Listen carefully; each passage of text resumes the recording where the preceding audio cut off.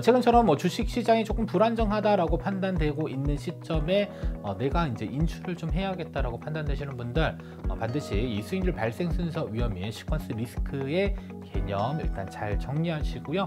자, 그러면 첫 번째 케이스는 하락했다가 다시 상승한 경우고요. 두 번째로는 상승했다가 하락하는 경우인데 평균 수익률은 동일하지만 이 차익의 경우는 약 한 400만 원 정도 발생되는 구조가 생기게 됩니다. 시장이 좀 좋지 않다라고 한다면 다 일부 자산들을 모두 다 안전자산으로 옮겨 놓는 등 여러 가지 방안을 통해서 리스크 관리를 해야 될 필요는 있다는 점.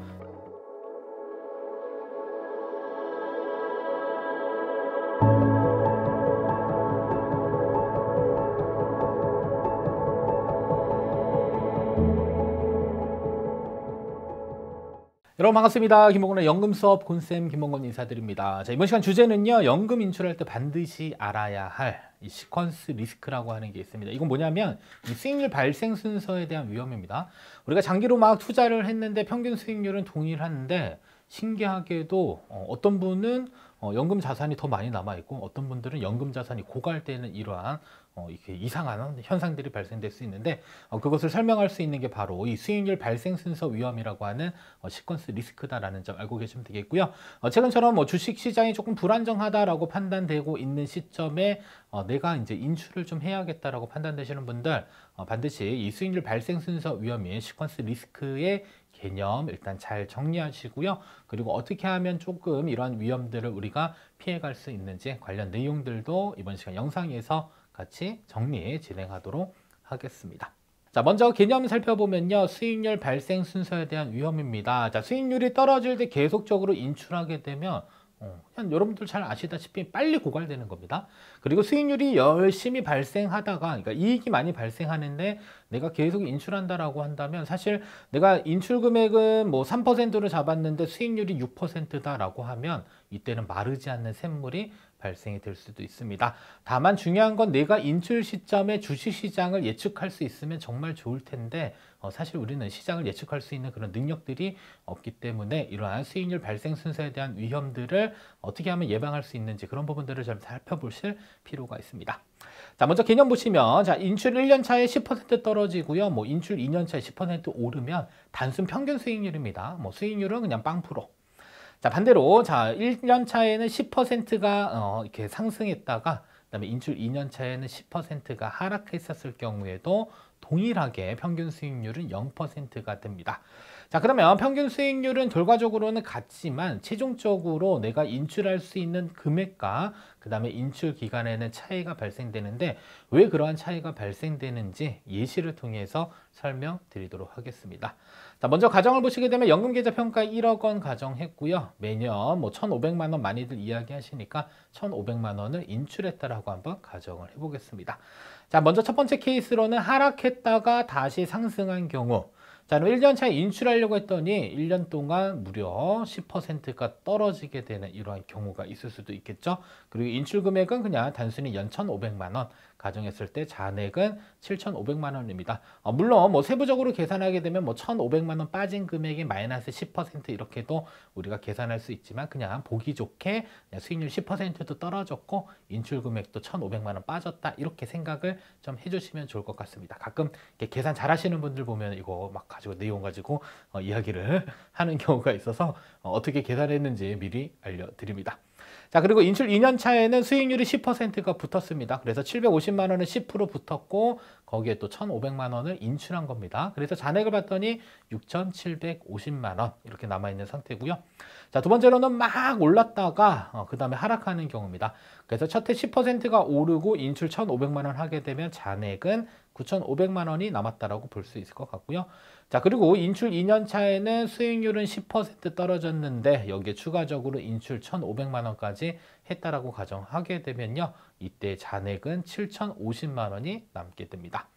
자, 그러면 첫 번째 케이스는 하락했다가 다시 상승한 경우고요. 두 번째로는 상승했다가 하락하는 경우인데 결국에는 평균 수익률은 동일하지만 이 차익의 경우는 약 한 400만 원 정도 발생되는 구조가 생기게 됩니다. 따라서 나중에 연금을 계속 인출한다라고 했을 때 인출 첫 해에 수익이 계속적으로 지속적으로 몇 년 정도 발생되는 게 상당 부분 중요하다라는 것을 꼭 인지하실 필요가 있겠고요. 만약에 시장이 좀 좋지 않다라고 한다면 뭐 다 일부 자산들을 모두 다 안전자산으로 옮겨 놓는 등 여러 가지 방안을 통해서 리스크 관리를 해야 될 필요는 있다라는 점 알고 계시면 되겠습니다. 따라서 시퀀스 리스크라고 하는 것은 자, 인출 첫 해에 수익률이 어떻게 발생되는지 그 수익률 발생 순서에 따라서 여러분들의 연금 계좌 평가액도 달라지게 되고요.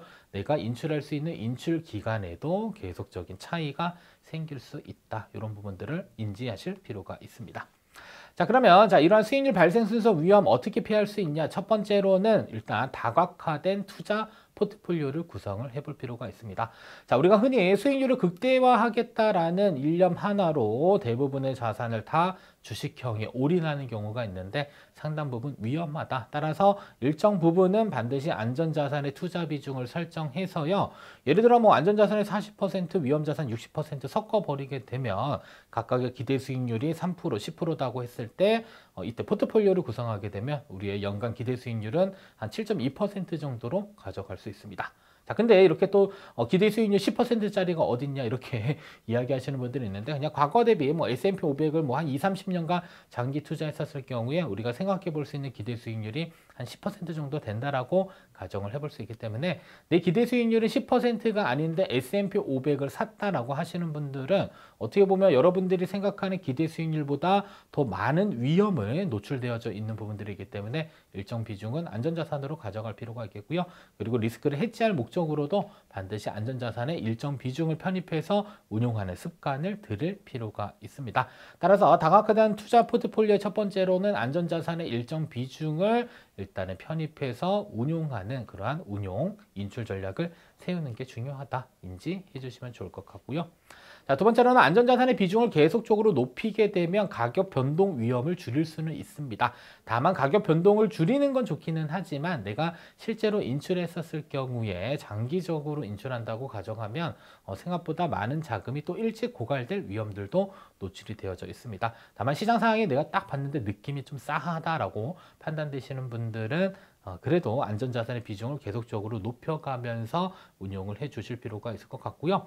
자, 그리고 안전자산에 대한 개념을 명확하게 조금 해 주실 필요가 있습니다. 가끔 채권은 안전자산일까요? 라고 물어보면요. 어떤 분들은 네, 안전자산이죠 라고 이야기하시는 분들도 있고요. 아니다라고 이야기하시는 분들이 있는데 이게 위험하다, 안전하다의 개념은요. 주식 대비 안전하냐? 이렇게 표현을 합니다. 그래서 대부분 채권을 안전자산으로 보는 경우는 있는데 저는 그냥 원금 손실 여부 가능성 이런 걸 통해서 안전자산이냐 위험자산으로 조금 구분을 해주시는 게 좋을 것 같습니다. 자, 그러면 채권은 안전자산 볼 수 있을까? 자, 일단 원금 손실이 없는 채권들도 있어요. 뭐 단기 채권들. 예를 들어 뭐 코덱스 단기 채권 플러스 한번 들어가시게 보게 되면 연 한 3% 정도로 야금야금 올라가는 것들을 좀 수익률 추이를 볼 수 있겠고요. 자, 그리고 원금 손실 가능성 있는 것은 뭐 3년 만기 이상의 장기 채권, 중장기 채권들 이러한 종목들은 원금 손실 가능성이 상당히 높고요. 그리고 회복도 상당히 좀 더딘 그러한 특징들을 가지고 있습니다. 따라서 원금 손실 가능성이 있다라고 한다면 모두 다 위험자산으로 취급하시고요. 원금 손실 가능성이 없는 부분만 안전자산으로 평가를 해주시면 좋을 것 같습니다. 자, 그리고 이러한 안전자산 이외에도요, 뭐 단기 채권, 금리형 ETF, 그리고 MMF, 뭐 다양한 종목들, 그리고 선택할 수 있는 기준들이 많기 때문에 원금 손실 가능성 없는 부분을 안전자산으로 생각을 해주시면 좋을 것 같습니다. 자, 다음 세 번째로는 단계적 인출에 대한 부분입니다. 사실 이게 뭐 말은 쉽지만 현실적으로 실현하기는 좀 어렵진 않은데 시장이 하락할 때는 인출 비율을 줄이고요. 시장이 상승할 때 인출 비율을 늘리는 방안. 여러분들 생활자금을 써야 되는데 시장이 하락하면 생활비를 줄이고 시장이 상승하면은 기분 좋아 이래가지고 인출 금액을 막 늘리는 게 사실 말은 좋지만 현실성이 조금 떨어지기는 합니다만 그래도 한번 이렇게 선택해 볼 수 있는 것은 시장이 되게 좋아요. 그러면 1년치를 그냥 한꺼번에 빼놓는 이러한 전략들도 만들 수 있고요. 시장이 좀 나쁜 것 같다라고 한다면 내 생활비잖아요. 그러면 조금이라도 회복하겠지라는 마음에서 매월 필요자금만큼 인출하는 그러한 전략들도 세울 수가 있습니다. 그래서 직접 1년 수익률이 너무 좋다라고 하면 1년치 생활비를 그냥 한꺼번에 빼두고 어디에다 넣어둡니까? 안전자산에 넣어뒀다가 필요할 때 월급처럼 쓰시면 되는 거고요. 아니야, 직전 1년 수익률이 너무 좋지 않아서 앞으로도 안 좋을 것 같은 느낌이 든다라고 한다면 한꺼번에 다 빼버리면 어떤 일이 생길까요? 내가 손실 난 거에 또 인출까지 하게 되면 어떻게 보면 좀 이중적으로 손실폭이 커질 수 있습니다. 그때는 조금씩 인출해서 사용하는 이러한 방법들을 활용을 해 주실 필요가 있습니다. 따라서 단계적 인출은 어느 정도의 기준점을 여러분들이 설정하시고 한꺼번에 다 뺄지 혹은 뭐 일정 부분 뺄지에 대한 결정을 해 주실 필요가 있습니다. 그래서 인출이 사실 따지고 보면 가장 좀 어려운 부분들이 좀 아닐까라는 생각을 해볼 수 있고요. 자, 네 번째로는 연금 인출 방식을 다양화시키는 겁니다. 제가 많이 이제 이야기를 해드리는 것 중에 하나가 그냥 배당금으로 그냥 사세요라고 이야기를 해드리는 경우가 있습니다. 그러니까 목돈 있는데 여러분들이 뭐 위험자산, 안전자산 나눠서 포트폴리오 구성한 다음에 계속적으로 우상향하는 이런 그림이 그려질 것으로 예상해서 필요한 자금만큼 계속 빼쓰는 매도에서 인출하는 그런 것들을 우리가 흔히 말하는 자가배당이라고 하는데요. 근데 실제로 여러분들이 맨날 가서 매도한다는 게 결코 쉬운 일은 아니고요. 그리고 ETF의 경우는 펀드와 달리 자동 매도 이런 기능이 없습니다. 여러분들이 주식시장에 들어가서 매월 생활비를 인출해야 되는데 우리가 연금을 받으려고 이렇게 이제 이런 연금 자산들 모으는 거잖아요. 근데 어떻게 보면 연금을 인출하는 것은 되게 심플해야 된다. 그리고 단순해야 된다라고 생각을 하는데 직접 매도하는 게 생각보다 쉽지 않습니다. 매일매일 들어가서 어떻게 주식시장만 들여보고 있습니다. 아셨죠? 그래서 자가배당이 약간의 좀 그런 리스크들은 좀 상당 부분 존재하고 있다는 점 알고 계시면 되겠고요. 그리고 이거를 좀 보완할 수 있는 게 바로 배당 인출이다. 그래서 월배당 ETF 적절히 매수하셔가지고요. 고정 현금 흐름 확보하시고 그리고 추가적으로 조금 자금이 더 필요하다라고 한다면 일부 종목은 매도해서 찾아 쓰는 이러한 형태로 인출 전략을 만드실 필요가 있습니다. 따라서 포트폴리오 구성할 때도 인출도 마찬가지로 일부는 현금성 자산, 일부는 월배당 ETF, 나는 그냥 배당받는 것보다 그래도 일정 부분은 좀 성장에 베팅해야 돼 라고 하시는 분들은 뭐 미국 대표지수 많이들 쓰시잖아요. 뭐 S&P 500, 나스닥 이런 ETF들 적절히 혼합해서 인출 계획을 세우는 게 어떻게 보면 이러한 수익률 발생 순서에 대한 위험들을 조금이나마 더 줄일 수 있는 방법들이 되지 않을까라는 생각을 해볼 수 있을 것 같습니다. 따라서 배당 인출과 자가 배당 적절히 잘 활용하는 이런 방안들 잘 만들어 주시고요. 자, 그러면 이러한 시퀀스 리스크, 사실 미래 시장 예측은 우리가 이제 불가능의 영역이다라고 이야기를 하고 있고요. 그리고 수익률 발생 순서 위험은요, 최초로 여러분들이 연금 인출하실 때 어떻게 보면 가장 많은 금액을 한꺼번에 운용하는 그런 시점이 아닐까라고 생각을 해볼 수 있습니다. 그래서 일정 부분들은 나는 그냥 아직 당장 뭐 자금을 인출할 필요 없으니까 한 2, 3년 정도는 안전자산으로 잘 운용했다가 발생되는 이익과 일정 부분의 원금을 운용해가지고 어느 정도 위험자산과 안전자산의 비중을 이렇게 맞추는 전략을 쓸 수도 있고요.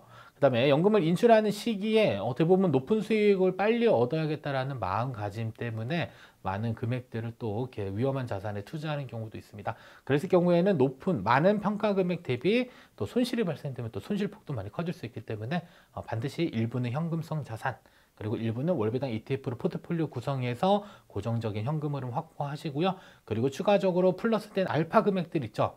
알파 금액은 내가 지금 당장 인출 안 해요 이러면 월배당 ETF에서 발생되는 분배금을 공격적으로 운용할 수도 있는 것이고요. 아니면 일정 비중을 분할해서 매수하는 이러한 형태로 포트폴리오를 만들 수가 있습니다. 그래서 수익률 발생 순서에 대한 위험은 최초로 우리가 연금 인출할 때 손실 발생하는 것보다는 그래도 수익 발생되는 게 좋잖아요. 그래서 여러분들 다양한 이 포트폴리오를 구성하셔가지고 약간의 변동폭을 줄이면서 필요한 자금을 인출할 수 있는 그러한 전략들을 세우는 게 중요하다라는 점 강조드리면서 이번 시간 영상 마치도록 하겠습니다. 자, 지금까지 여러분들의 평생 가는 연금 선생님 곤쌤이었습니다. 다음에도 좋은 영상으로 찾아뵙도록 하겠습니다. 감사합니다.